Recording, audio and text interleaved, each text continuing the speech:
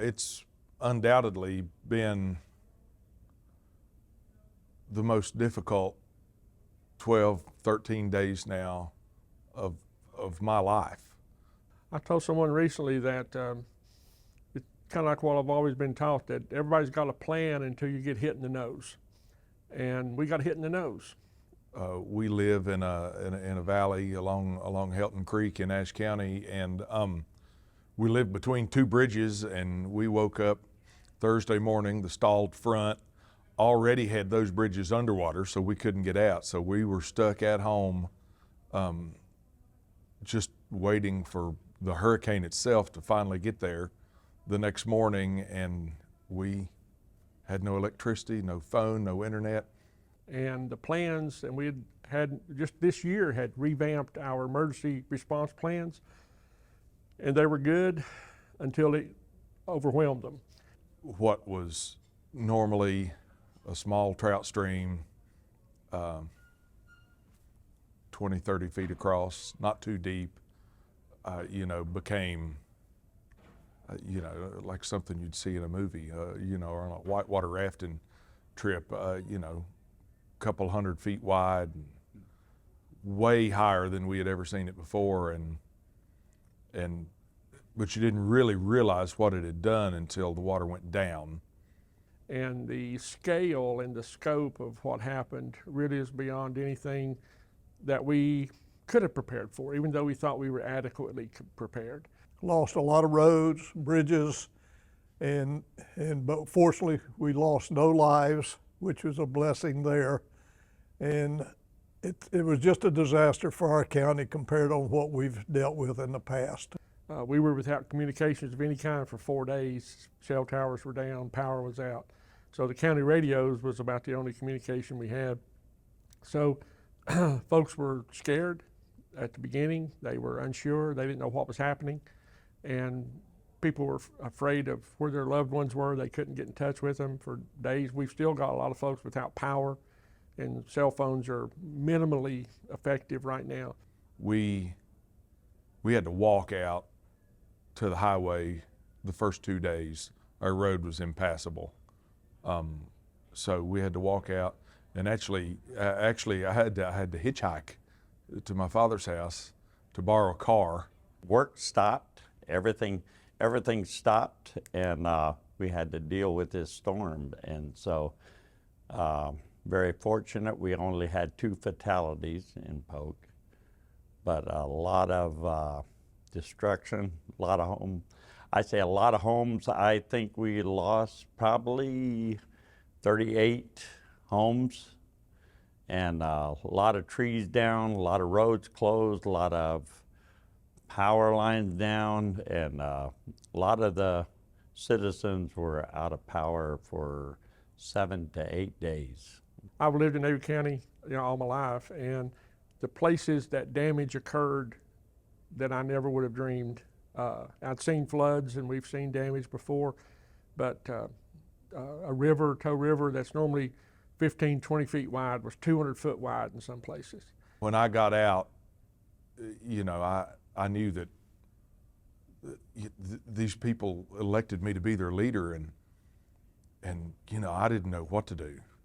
And I don't know, I just sort of jumped in. I don't know how to do CPR. I can't build power lines. I don't have a bulldozer. I can't. So I just jumped in and helped where I could, helped deliver supplies, unload supplies. I even put on an orange vest and helped direct traffic a couple of days, because the influx of people coming in to help and donate stuff was incredible, but it was really quite overwhelming for small roads and our small communities. I really seen on the ground first was our community, the people, the citizens all pulling together. I saw the morning after we had to wait. The power companies were all sitting there waiting, but they couldn't get out until Saturday afternoon because of the wind was still up pretty good. And but I saw citizens with chainsaws opening up roads and putting that together so that actually the power crews could get through. I've tried to get out in the far reaches of the county where the mountains are steeper, the hollows are deeper, and that's where the trouble was. And I felt like it was important to have my eyes on it so that I can tell that story. I was fortunate, me and Executive Director Kevin Leonard, it was very important to both of us to go and see our commissioners. We visited Ashe County with Chairman Todd McNeil, and then we were able to go over to Avery County and see Mr. Aldridge, Dennis Aldridge, and to see firsthand the destruction and listen to their concerns. I can only imagine of the level of expectation from their citizens to look to their local government and say, hey, look, this is what we experienced. This is the destruction that we have here. How do we piece this all back together? I want to thank all those organizations, all the other counties that responded immediately to this disaster that we had.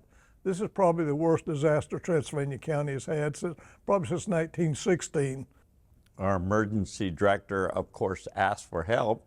Rowan County came over with their EOC department and helped us out, which helped a lot. And then I seen a lot, after that, then I seen a lot of, we have FEMA people right in with our EOC. So a collaboration of public and private, I felt was very good. We even had a fire truck. I was visiting our fire department soon afterward, and there was a fire truck and a crew from Pitt County. Of course, Pitt County's all the way down in Greenville, North Carolina, and to come up to our area, probably at least a 6-7 hour drive for those gentlemen, and we really appreciate that. All of these things have come together in order to help people out west. And we've known in times past it's happened in the eastern counties. It's happening everywhere.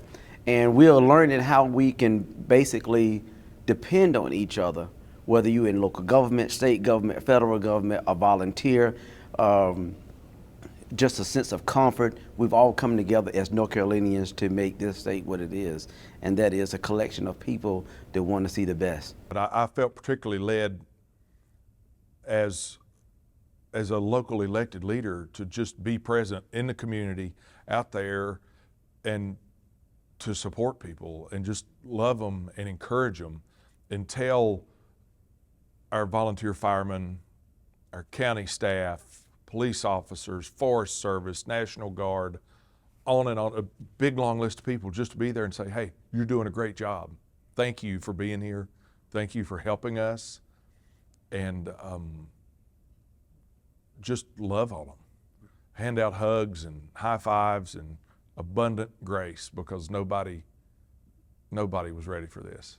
I must say a huge thank you to all the EMS personnel out there, our firefighters, our emergency personnel, the people that drove hours outside of their district to go and help.